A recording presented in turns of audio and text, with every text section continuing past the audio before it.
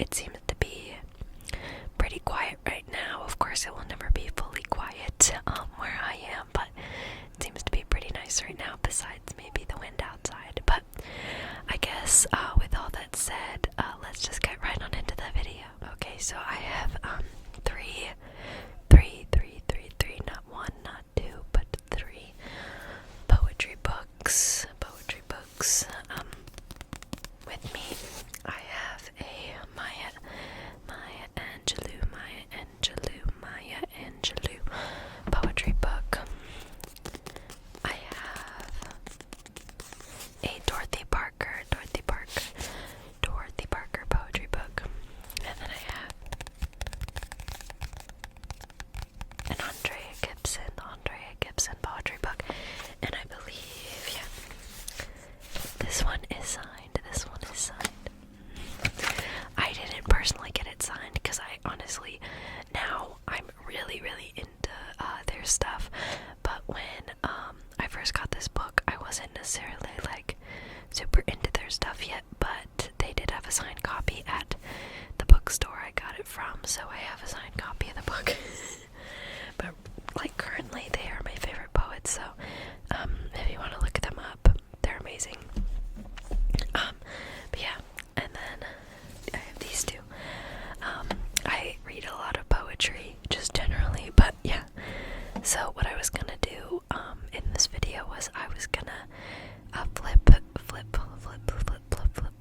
to a random page and just read whatever poem was on that book, on that page I mean, and then I was gonna do about two or three for each book. So let's start with the queen herself, Maya Angelou.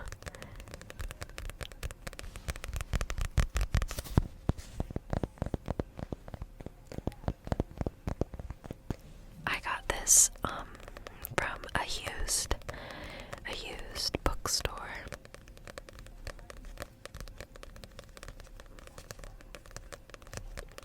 And I was so excited to find it because often the Maya Angelou poetry books are often quite picked through.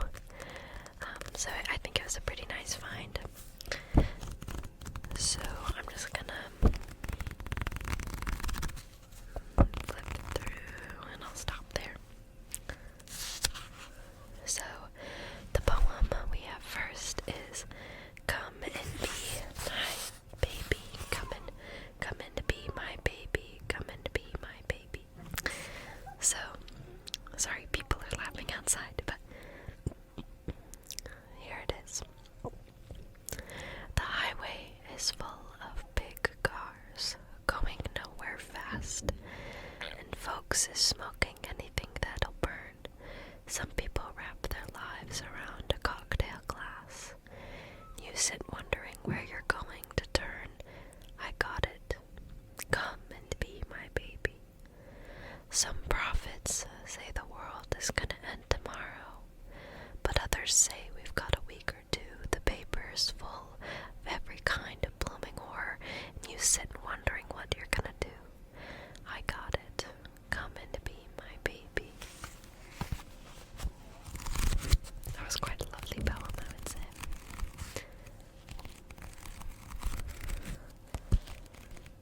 We'll stop there. This one has two poems, so I might as well read them both. So the first one is When I Think About Myself. When I think about myself, I almost laugh myself to death.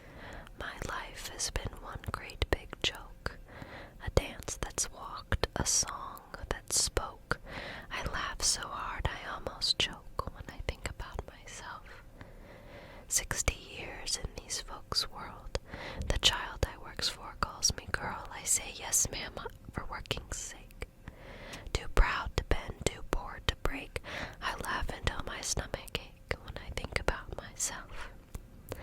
My folks can make me split my side. I laugh so hard I nearly died. The tales they tell sound just like lying. They grow the fruit but eat the rind.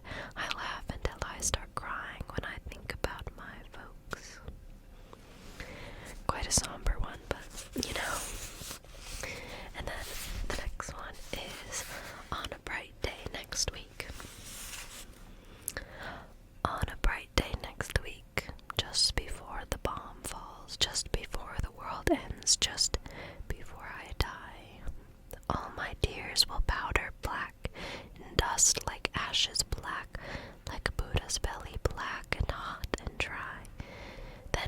mercy tumble, falling down, and godheads falling on the children, falling from the sky.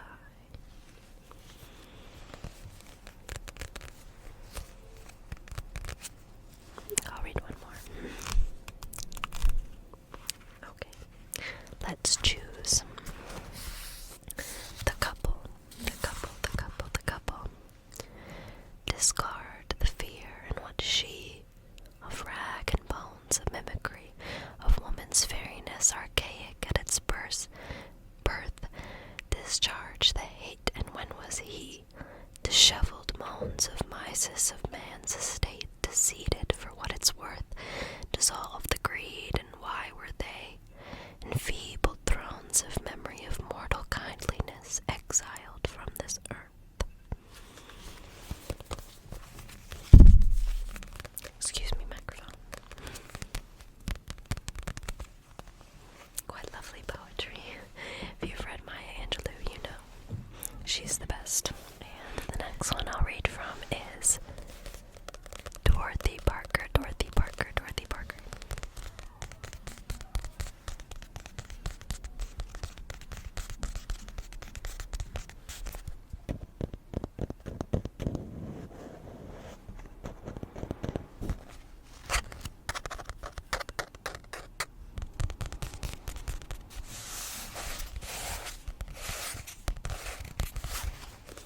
Yes, Dorothy Parker. So,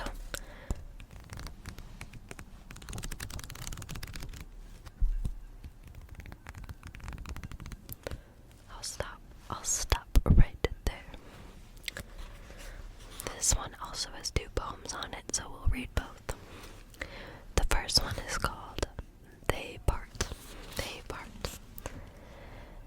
And if, my friend, you'd have it end, there's naught to hear or tell, but need to try to black my eye in wishing me farewell. Though I admit an edged wit and woe is warranted, may I be frank, such words as are better left unsaid. There's rosemary for you and me, but it's unusual, dear, to hire a man and fill a van by way of souvenir. That's quite a lovely one. I like that one a lot. And then the next one is Ballad of a Great Weariness. Ballad of a Great Weariness. There's little to have, but the things I had. There's little to bear, but the things I bore. There's nothing to carry, and not to add, and glory to heaven, I paid the score. There's little to do, but I did before. There's little to learn, but the things I know, and this is the sum of lasting lore. Scratch a lover and find a foe. And couldn't it be I was young and mad, if ever my heart on my sleeve I wore? There's many to claw at hard and glad, a little the wonder it ripped and tore. There's one that'll join in their push and roar, with stories to jabber and stones to throw. He'll fetch you a lesson that costs you sore. Scratch a lover and find a foe. So little I'll offer you, my lad. It's little in loving I set my store. There's many a maid would be flushed and glad, and better you'll knock at a kindlier door. I dig at my lettuce and sweep my floor. Forever, forever I'm done with woe. And happen I'll whistle about my chore. Scratch a lover and find a foe. Oh, beggar or prince, no more, no more. Be off and away with your strut and show. The sweeter the apple, the blacker the core. Scratch a lover and find a foe. Quite nice, quite nice.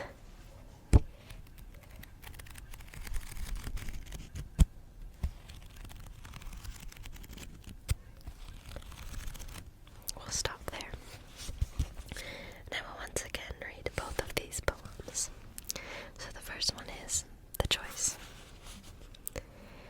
He'd have given me rolling lands, houses made of marble and billowing farms, pearls to trickle between my hands, smoldering rubies to circle my arms. You'd only a lilting song, only a melody, happy and high. You were sudden and and swift and strong. Never a thought for another had I. It had given me laces rare, dresses that glimmered with frosty sheen, shining ribbons to wrap my hair, horses to draw me, and fine as a queen. You'd only to whistle low, gaily I followed you wherever you led. I took you, and I let him go. Somebody ought to examine my head. That's a fun one. Oh, another ballad. A ballad of big plans. And it has one of these things at the beginning, I forget what they're called, but it's where it's like a quote, and it influences the poem. She loved him, he knew it, and love was a game that two could play out. Julia Kane, page 280. Once the orioles sang in chorus, once the skies were a cloudless blue. Spring bore blossoms expressly for us, stars lined up to spell Y-O-U. All the world wore a golden hue, life was a thing to be bold and gay at. Love was the only game I knew, and love is the game that two can play at. Now the heavens are scowling o'er us, now the blossoms are pale and few.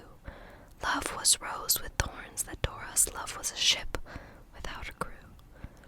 Love is untender, and love is untrue. Love is a moon for a dog to pay at. Love is the lady that's known as Lou, and love is a game that two can play at. Recollections can only bore us. Now it's over, and now it's through. Our day is dead as a dinosaur's. Other the paths that you pursue. What is the girl in the case to do? What is she going to spend her day at? Fun demands, at minimum, two. And love is a game that only two can play at. Prince, I'm backing away the rue. I'll give them something to shout hooray at. I've got somebody else in view. And love is a game that two can play at.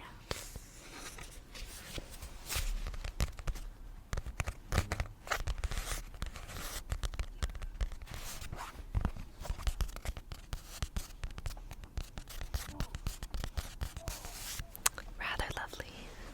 Finally, my favorite, Andre Gibson. Okay. Let me tap on it a little bit.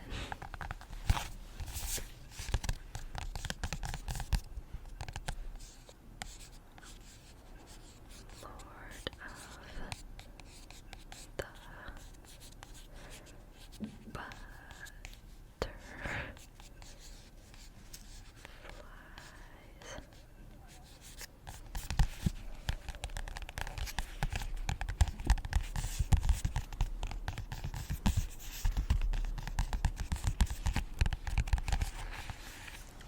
I will read a couple at random, but there is one that I will read at the end because it is my absolute favorite. But let's start with the random ones. And it is Give Her. Give her, give her, and all the good in you. All the good in you is quite a good one. I'll read that one first. When all the good in you starts arguing with all the bad in you about who you really are, never let the bad in you make the better case. That's quite a short one, but we can continue with Give Her, give her. If I hadn't sold it for its gold, I would give her the glass ring I wore when I was still a girl and taking good care of my cuticles. If it hadn't burned in a fire, I'd give her the valentine for my first kiss, the bully who grew up to become a preacher. If I knew where to find it, I'd give her the time capsule I buried to open in a million years. I'd shimmy it out of the earth and say, here, I made this for you when I was 7. Inside, a lock of my dog's hair before he went to live on a farm for biting the face of a man who looked at me wrong. If the tooth fairy hadn't come any of those times, I'd give her my smile and say, you're the reason why I'm gay, and I mean that the old-fashioned way isn't happy, but also the other way too. I would give her my name, but I'd rather have hers, so when the telemarketer ears call and say, "With whom am I speaking?" I could say it aloud, the name I was born with, but didn't know until the night I wiped the sweat off her arms on a dance floor in Oakland, then licked the salt off the link of my hand. Do you understand how a sick person gets licking their hands in a nightclub? I didn't leave the bathroom for 7 days, which is to say I want to give her my time, my decades even. Don't tell me to be less dramatic. Of course I've loved before, but I didn't give it my all. Mostly I gave up. She asks me what makes this different. Why I want to give it a whirl the size of a tornado. Why I would want to give it a go at every red light. I just know she makes me feel like I could win the lottery with a parking ticket. I see her lipstick on a coffee cup and feel like I have never known a bruise. I say I want to give it my best, and I want to I want my best to be incredible, because people take me serious, and I know I'm a joke. She will always get her laughter so holy. The hecklers tell me I'm coming up short, and I think it's great now I can win the limbo contest. I want to give her all my trophies from the county fair, where I won the potato sack race, and the poetry slam, where I was the runner-up behind a man who wrote a love poem about pudding. That would be the sweetest gift. When she's down, I want to give her my best pickup lines. What's your sign? My sign has historically been stop, but since meeting you it changed to merge. Darling, when I gave you my heart, I gave my life, my word, that it would not be the same heart I had given before. I put in like 100 more doors and a record player from a real record store, and I put in a skylight that is all yours that day you picked me up, carried me through the airport like my goodbye had no weight. My goodbye has no weight. Right now you are sleeping beside me and making a face that you would not want to know you're making. Call it the opposite of your mirror face. Call it me bringing home the gold. Call our bed sheets what was sewn from ribbon at the end of a race. I don't want to be anywhere but you're whispering all your nicknames from every hiding place until I give myself away.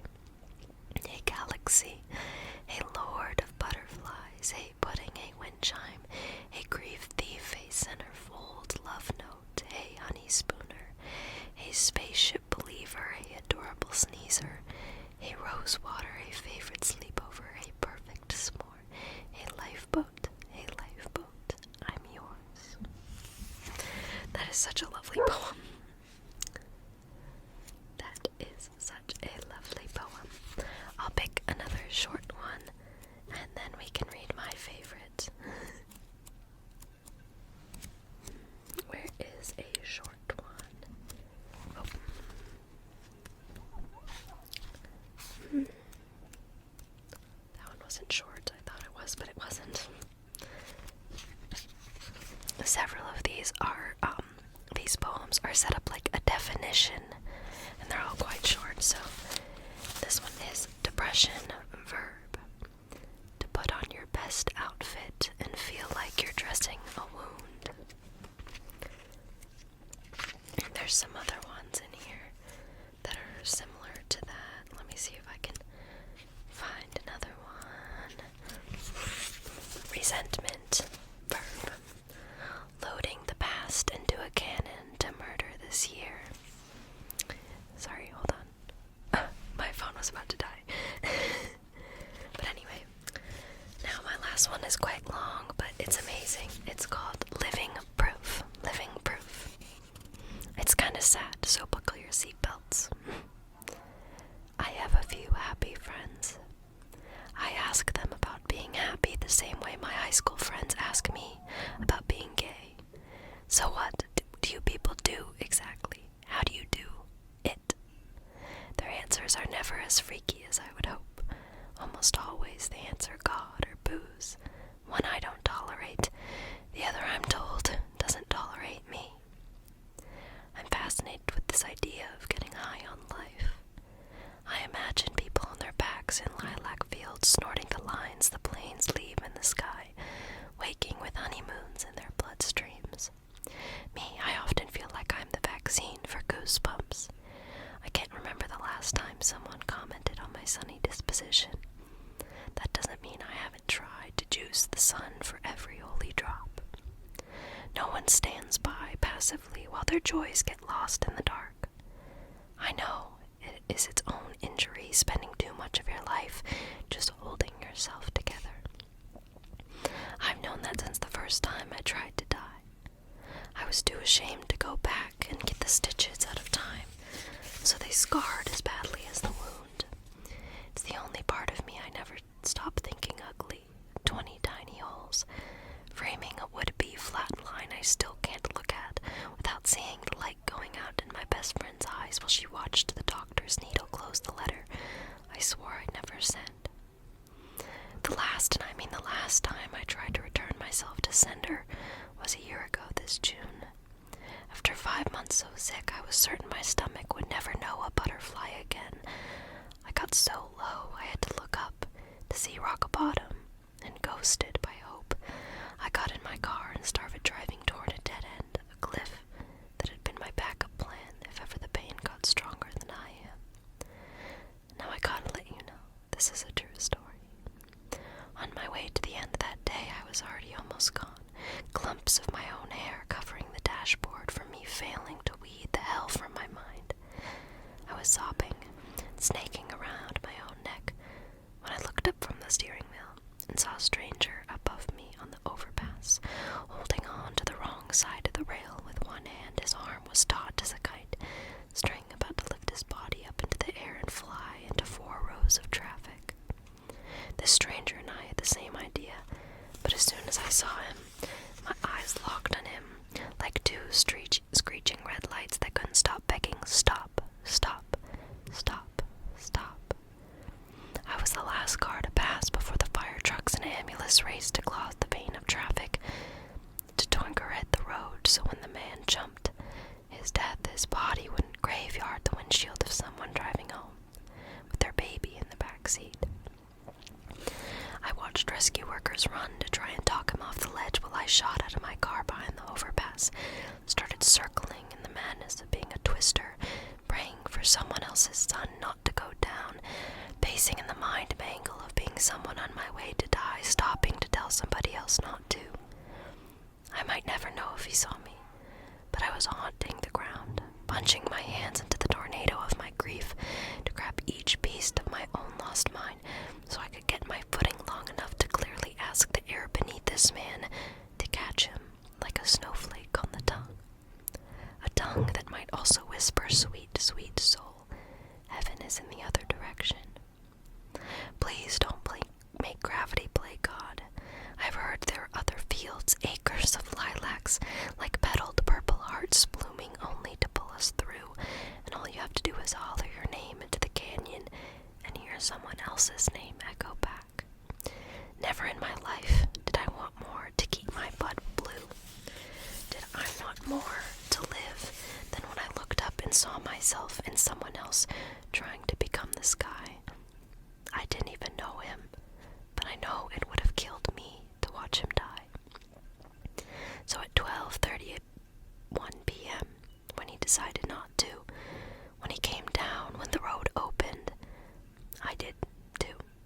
My whole world, my whole mind went home living proof of what I only known as in theory, that we are truly not alone in this, that our veins are absolutely strings tied to other people's kites, that our lives are connected, that my butterflies are never gone.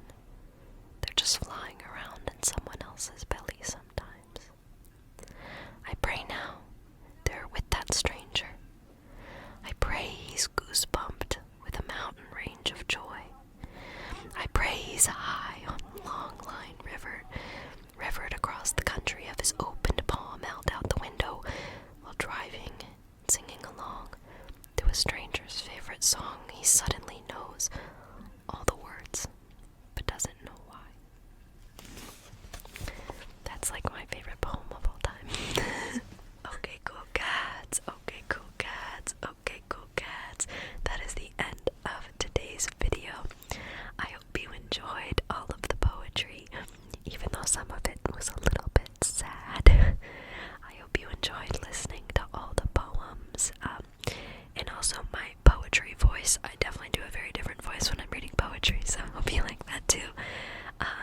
As always, I have been Laurel Canyon ASMR. ASMR. If you want to, if you want to, if you want to, if you want to, you can like. You don't have to, but if you want to, you can like, comment, and subscribe. Subscribe. Like I said, you don't have to, but it's always just very much appreciated by me. Peace and love, everybody.